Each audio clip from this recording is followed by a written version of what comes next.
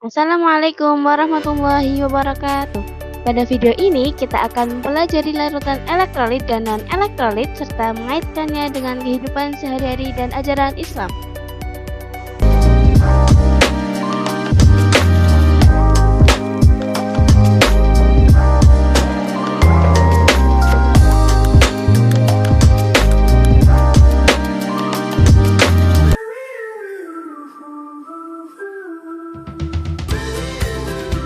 Larutan elektrolit adalah larutan yang dapat menghantarkan arus listrik karena mengandung ion-ion bebas.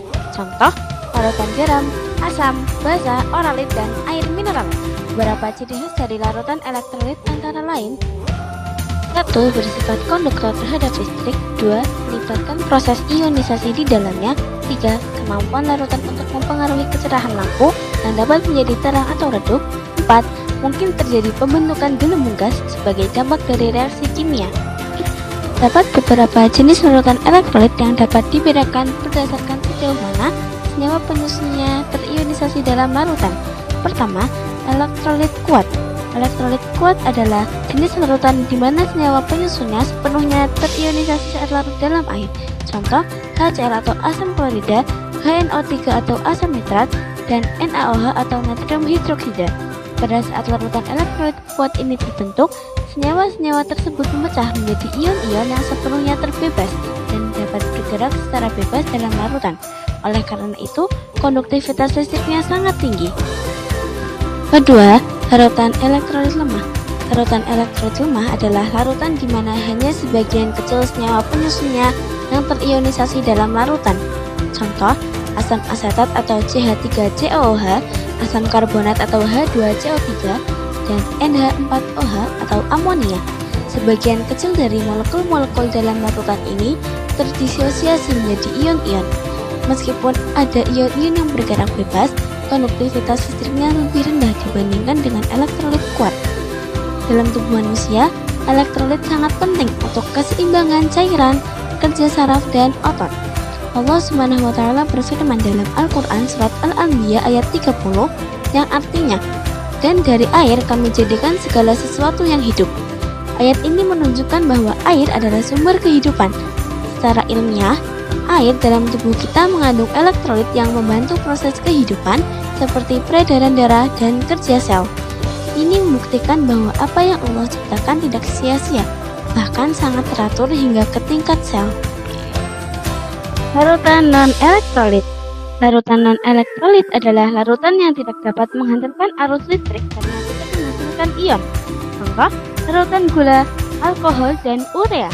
Karakteristik utama dari larutan non-elektrolit melibatkan: 1.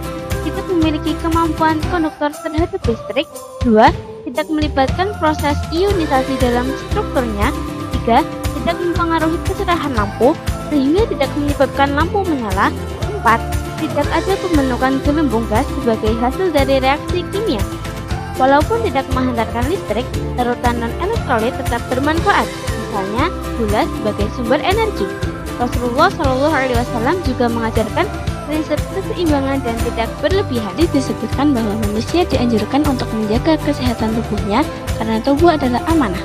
Dalam konteks ini, tubuh membutuhkan elektrolit dan non-elektrolit secara seimbang.